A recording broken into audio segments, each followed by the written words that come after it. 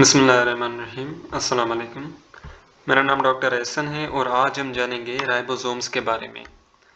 ठीक है, सो राइबोसोम जो है ना, इन्हें हम आरएनए कंटेनिंग बॉडीज भी कहते हैं बिकॉज इन राइबोसोम्स के अंदर आरएनए की तादाद जो है वो बहुत ही ज़्यादा होती है।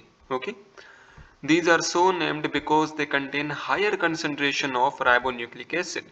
ठीक है, अब राइबोसोम्स को राइबोसोम क्यों कहा जाता है? बिकॉज इनके अंदर आरएनए की कंसंट्रेशन जो है ना वो बहुत ही ज़्यादा होती है। Okay, these small spherical granular non-membranous structure are the site of protein synthesis। ठीक है ना, अब ये बेसिकली ऐसे स्फेरिकल शेप, गोल गोल शेप जैसे होते हैं। ठीक है ना, ग्रेन्युलर होते हैं। ठीक है, जैसे मैंने आपको बताया था कि एंडोप्लाज्मिक रेटिकुलम के अंदर ये काफ़ी सारे रफ एंडोप्लाज्मिक रेटिकुलम में काफ़ी सारे ग्रेन्यूल्स होते हैं। ठीक है, और वो ग्रेन्यूल्स क्या हैं? These are the ribosome and they are the non membranous. ठीक है, ये एक चीज़ आपने जहन में रखनी है कि जितने भी सेल्यूलर ऑर्गेनेल्स जो हैं, जैसे कि माइटोकॉन्ड्रिया हो गया, न्यूक्लियस हो गया, एंडोप्लाज्मिक रेटिकुलम हो गया, उनके बाहर अपनी एक लेयर होती है, अपनी एक मेम्ब्रेन होती है। सो जैसे कि मैं न्यूक्लियस की बात करूं, suppose this is a nucleus, so nucleus के बाहर क्या होगी? न्यूक्लियर मेम्ब्रेन होगी। ठीक है, एंडोप्लाज्मिक रेटिकुलम के बाहर भी मेम्ब्रेन होती है, माइटोकॉन्ड्रिया के बाहर भी मेम्ब्रेन होती है। लेकिन ये जो राइबोसोम्स होते हैं ना, इनके पास कोई आउटर मेम्ब्रेन नहीं होती, जिसकी वजह से ये नॉन मेम्ब्रेनियस स्ट्रक्चर्स हैं। ठीक है, और आरएनए के अंदर बेसिकली प्रोटीन बनती है। ठीक है, प्रोटीन कैसे बनती है? सबसे पहले डीएनए से एमआरएनए बनेगा। ठीक है, डीएनए से, यानी कि न्यूक्लियस के अंदर डीएनए होता है ना, और डीएनए से बेसिकली एमआरएनए बनेगा। ठीक है, एमआरएनए जो है ये फिर राइबोसोम्स के पास जाएगा और राइबोसोम के अंदर ट्रांसलेशन का प्रोसेस स्टार्ट होगा, जिसकी वजह से एमआरएनए से प्रोटीन बनेगी। ओके, अच्छा, ये जो राइबोसोम्स हैं ना, ये बेसिकली प्रोकैरियोटिक सेल के अंदर भी पाए जाते हैं और यूकैरियोटिक सेल के अंदर भी पाए जाते हैं। अब चूंकि राइबोसोम से प्रोटीन बनती है तो राइबोसोम्स को हम प्रोटीन फैक्ट्रीज भी कह सकते हैं। ओके, सो ये बेसिकली एक फैक्ट्री है जिसमें प्रोटीन बनती है। ओके, सो इस फैक्ट्री का प्रोडक्ट क्या है? That is the protein. In prokaryotic cells, they are found freely dispersed in the cytoplasm due to absence of endoplasmic reticulum। अब बेसिकली प्रोकैरियोटिक सेल के अंदर क्या होता है कि ये जो राइबोसोम्स है ना, suppose this is a prokaryotic cell, ये राइबोसोम्स जो है ना बस ऐसे फैले हुए होते हैं। ठीक है, साइटोप्लाज्म में ऐसे फैले हुए होते हैं। अब चूंकि इन प्रोकैरियोटिक सेल के अंदर रफ एंडोप्लाज्मिक रेटिकुलम नहीं होता, ठीक है, जिसकी वजह से ये जो राइबोसोम्स है ना, ये ऐसे ऐसे फैले हुए होते हैं, डिस्पर्स्ड होते हैं। Okay, so these are the ribosomes. लेकिन यूकैरियोटिक सेल के अंदर क्या होता है कि ये डिस्पर्स्ड भी होते हैं। ठीक है, ये बेसिकली फ्री भी होते हैं साइटोप्लाज्म के अंदर, और ये रफ एंडोप्लाज्मिक रेटिकुलम से अटैच्ड भी होते हैं। ठीक, ribosomes are also found in the matrix of mitochondria। अब basically mitochondria is a cytoplasmic organelle. ठीक है, अब माइटोकॉन्ड्रिया के अंदर बेसिकली एक फ्लूइड होता है, इस फ्लूइड को हम कहते हैं matrix. Okay, so this is a matrix, और इस मैट्रिक्स के अंदर राइबोसोम्स होते हैं। ओके, इस मैट्रिक्स के अंदर राइबोसोम्स होते हैं। So ribosomes are found in the matrix of mitochondria and stroma of chloroplast। ठीक है, ये मैं यहाँ पे बना रहा हूँ, suppose this is a chloroplast. Chloroplast is also cytoplasmic organelle, लेकिन क्लोरोप्लास्ट जो है ये सिर्फ और सिर्फ प्लांट्स के अंदर पाया जाता है। ठीक है, और ये जो क्लोरोप्लास्ट है ना, suppose this is a chloroplast, इस क्लोरोप्लास्ट के अंदर एक ऐसी एरिया होती है। ठीक है, suppose this is a area. ठीक है, ये बेसिकली क्या है? एरिया, और इस एरिया के अंदर काफी सारा फ्लूइड होता है। ठीक है, सो इसे हम स्ट्रोमा कहते हैं। ठीक है, स्ट्रोमा क्या है? क्लोरोप्लास्ट के अंदर एक एरिया है, एक जगह है जिसमें काफी सारा फ्लूइड भरा हुआ है। So this is the stroma, और स्ट्रोमा के अंदर भी ऐसे ऐसे राइबोसोम्स पाए जाते हैं। ठीक, अच्छा, अब प्रोकैरियोटिक सेल के अंदर जो राइबोसोम्स पाए जाते हैं ना, उनका जो साइज है डेट इज द 70s। ठीक है, एस बेसिकली यूनिट है, Svedberg unit. Okay, S is the Svedberg unit. जैसे अगर मैं बात करूं, हम किसी चीज को नापते हैं तो हम मीटर्स में नापते हैं या सेंटीमीटर्स में नापते हैं। सो ये मीटर और सेंटीमीटर क्या है? These are the units. Similarly S क्या है? S is the Svedberg unit. ठीक, सो प्रोकैरियोटिक सेल के अंदर जो राइबोसोम्स पाए जाते हैं उनकी जो साइज है डेट इज 70s, और यूकैरियोटिक सेल के अंदर जो राइबोसोम्स पाए जाते हैं उनकी साइज है 80s, ठीक है। यानी कि यूकैरियोटिक सेल के अंदर जो राइबोसोम पाए जाते हैं उनकी साइज थोड़ी सी बड़ी है as compared to those ribosomes जो कि प्रोकैरियोटिक सेल के अंदर पाए जाते हैं। और ये चीज़ भी आपने जहन में रखनी है कि ये जो यूकैरियोटिक सेल्स है ना, ये कहाँ से इवॉल्व हुए, ये बेसिकली प्रोकैरियोटिक सेल से इवॉल्व हुए, ठीक है। अब ये माना जाता है कि जैसे हम जैसे ह्यूमन बींग हो गए या मुख्तलिफ जानवर हो गए, हम तमाम ऑर्गेनिजम्स जो हैं लिविंग ऑर्गेनिज्म, ये एक बैक्टीरिया से इन्वॉल्व हुए, ठीक है। हम किससे इवॉल्व हुए? बैक्टीरिया से इन्वॉल्व हुए, and bacteria is a prokaryotic cell, ठीक। While the prokaryotic ribosome is 70s, ठीक है, prokaryotic ribosome जो है ना उसकी साइज क्या है 70s। Now each ribosome is consist of two unequal units, ठीक है। अब राइबोसोम जो है ना वो बेसिकली दो यूनिट से, दो पार्ट से बना हुआ होता है। एक बड़ा वाला पार्ट होता है, ठीक है, ऐसे डूम शेप्ड, ठीक है, so this is a Doom shaped. और एक छोटा वाला पार्ट होता है जो कि कैप शेप्ड होता है, ठीक है, टोपी की तरह। Okay, so this is a cap shaped and this is a Doom shaped. अब इस डूम शेप्ड का साइज कितना है 60s, 60 स्वेटबर्ग यूनिट। और इस छोटे केप शेप का साइज कितना है, डेट इज द 40s, ठीक है। अब ये दोनों जैसे कंबाइन होंगे ना तो ये राइबोसोम बनाएंगे, ठीक है। सो राइबोसोम दो यूनिट से बना हुआ होता है। और ये केप शेप जो है ना, इस डोम शेप का ये जो नीचे वाला स्ट्रक्चर है ये बेसिकली से फ्लैट होता है, सीधा होता है। तो ये केप्ड शेप्ड यूनिट इस फ्लैट स्ट्रक्चर पे आके बाइंड करेगा।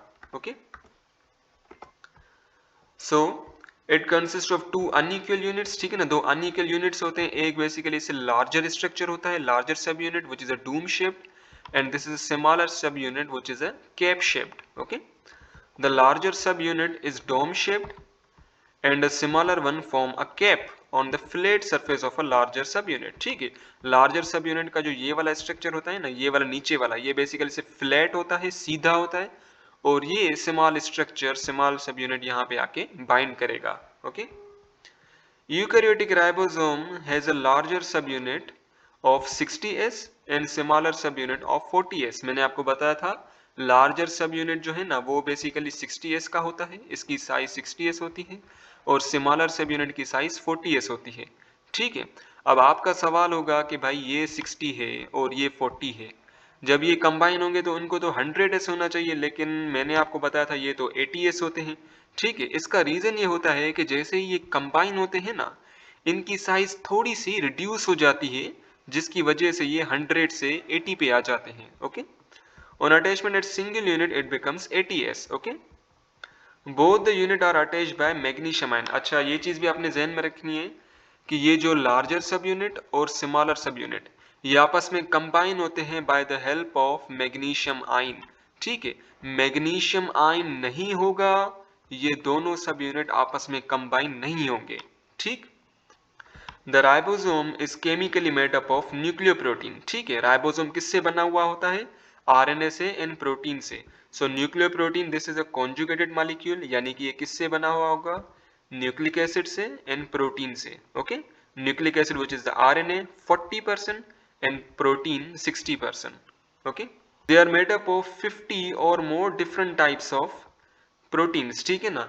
इस राइबोसोम के अंदर 50 या 50 से ऊपर मुख्तलिफ किस्म की प्रोटीन्स पाई जाती हैं इसके अंदर। Okay, magnesium form bond between phosphate group of RNA and amino group of amino acid to attach both units at the time of protein synthesis.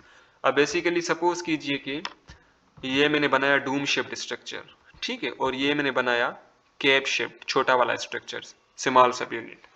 अब यहाँ पे सपोज कीजिए यहाँ पे है आरएनए, ठीक है, और आरएनए हमें पता है काफी सारे न्यूक्लियोटाइड से मिलके बना हुआ होता है, और न्यूक्लियोटाइड के पास तीन चीजें होती हैं, ठीक है। एक राइबोस शुगर होती है, दूसरा यहाँ पे नाइट्रोजीनियस बेस होगा, ठीक है, और तीसरा पांचवें कार्बन पे होगा फॉस्फेट, ठीक है। अब यही राइबोसोम जो है ना, इसी राइबोसोम के अंदर बेसिकली ये जो आरएनए है, ठीक है, इसका जो न्यूक्लियोटाइड है, अब ये बेसिकली फॉस्फेट में बना रहा हूँ, ठीक है ना। ये जो फॉस्फेट है, ये फॉस्फेट किसका है? इस न्यूक्लियोटाइड का है। ओके, और इस स्मॉलर सब यूनिट के अंदर में बना रहा हूं अमाइनो एसिड। ठीक है, ये बेसिकली क्या है, अमाइनो एसिड। और हमें पता है कि अमाइनो एसिड के अंदर क्या क्या होता है, अल्फा कार्बन होता है। ठीक है, ऊपर हाइड्रोजन होता है, यहाँ लेफ्ट साइड पे अमाइनो ग्रुप होता है। ठीक है, राइट साइड पे कार्बोक्सिलिक ग्रुप होता है। ठीक है, और नीचे क्या होता है, radical group. Okay, and this is the carbon, alpha carbon. So ये जो अमाइनो ग्रुप है ना, ये अमाइनो ग्रुप यहाँ पर है। ठीक है, सिमिलर सब यूनिट पे। तो बेसिकली होगा क्या कि ये जो मैग्नीशियम आयन है ना, ये फॉस्फेट ग्रुप इस न्यूक्लियोटाइड का और अमाइनो ग्रुप इस अमाइनो एसिड का, इन दोनों के बीच में बॉन्ड बना लेगी। मैग्नीशियम फॉस्फेट ग्रुप और अमाइनो ग्रुप के बीच में क्या कर देगी, बॉन्ड बना लेगी, ताकि ये जो दोनों सब यूनिट है ना आपस में कंबाइन हो जाएं। ठीक है, एक चीज आपने ध्यान में रखनी है, जब ये सब यूनिट आपस में कंबाइन नहीं होंगे, प्रोटीन नहीं बनेगी इस राइबोसोम से। ठीक है, recent investigation revealed that the ribosomes are manufactured in nucleolus in eukaryotic cell. अब बेसिकली यूकैरियोटिक सेल में यहाँ पे बना रहा हूँ। So suppose this is a eukaryotic cell, this is cell membrane and this is a nucleus. अब nucleus के अंदर भी एक गोल गोल स्ट्रक्चर होता है जिसे हम कहते हैं nucleolus. Okay, so this is the nucleolus. और इस न्यूक्लियोलस के अंदर राइबोसोम्स बनते हैं। ठीक है, फिर जैसे ये राइबोसोम्स बनेंगे, ये इन न्यूक्लियोपोर से साइटोप्लाज्म की तरफ जाएंगे। ठीक है, अब ये जो न्यूक्लियस होता है ना, न्यूक्लियर मेम्ब्रेन, इस न्यूक्लियर मेम्ब्रेन में काफी सारे सुराख होते हैं जिन्हें हम न्यूक्लियर पोर कहते हैं। ठीक है, यहाँ पे भी सुराख होंगे, यहाँ पे भी सुराख होंगे, यहाँ पे भी सुराख होंगे। इन सुराख के थ्रू ये राइबोसोम निकलेगा और साइटोप्लाज्म के अंदर आएगा। ठीक, so from where they are transfer to the cytoplasm. ठीक है, फिर ये बेसिकली साइटोप्लाज्म में आएंगे थ्रू न्यूक्लियर पोर्स। ठीक है, जो न्यूक्लियर पोर्स होते हैं वहां से गुजर के ये साइटोप्लाज्म के अंदर आते हैं। During protein synthesis several ribosomes are attached to a single mRNA. ठीक है, अब हमें पता है कि जो न्यूक्लियस होता है, ओके, न्यूक्लियस के अंदर बेसिकली डीएनए होता है और डीएनए से एमआरएनए बनता है। ठीक है, अब ये मैं बना रहा हूं mRNA. Okay, so this is the mRNA, ये एमआरएनए का धागा है। ठीक है, अब ये एमआरएनए जो है ना, इसके ऊपर आके राइबोसोम में से अटैच होगा। ठीक है, ये लार्जर सब यूनिट आ गया और ये स्मॉलर सब यूनिट आ गया। ठीक है, अब फिर प्रोटीन बनना है इससे। ठीक है, लेकिन कभी कभी क्या होता है कि इस एक ही एमआरएनए पे काफी सारे राइबोसोम्स आ जाते हैं। ठीक है, एमआरएनए एक ही है लेकिन राइबोसोम्स जो है ना, ये काफी सारे हैं। ठीक है, जिसकी वजह से क्या होगा कि इस राइबोसोम से जो प्रोटीन बनेगी ना, वो एग्जैक्ट सेम होगी टू डेट प्रोटीन। ठीक है, ये जो तीनों राइबोसोम्स है ना, ये एक ही किस्म की प्रोटीन बनाएंगे। क्यों? क्योंकि एमआरएनए तो एक ही है। ठीक, सो इससे बेसिकली हम कहते हैं पोलीसोम। ठीक है, पोलीसोम, पोली मीन्स मेनी, यानी कि एक ही एमआरएनए के अंदर मेनी राइबोसोम्स आ गए हैं और वो प्रोटीन की सिंथेसिस कर रहे हैं।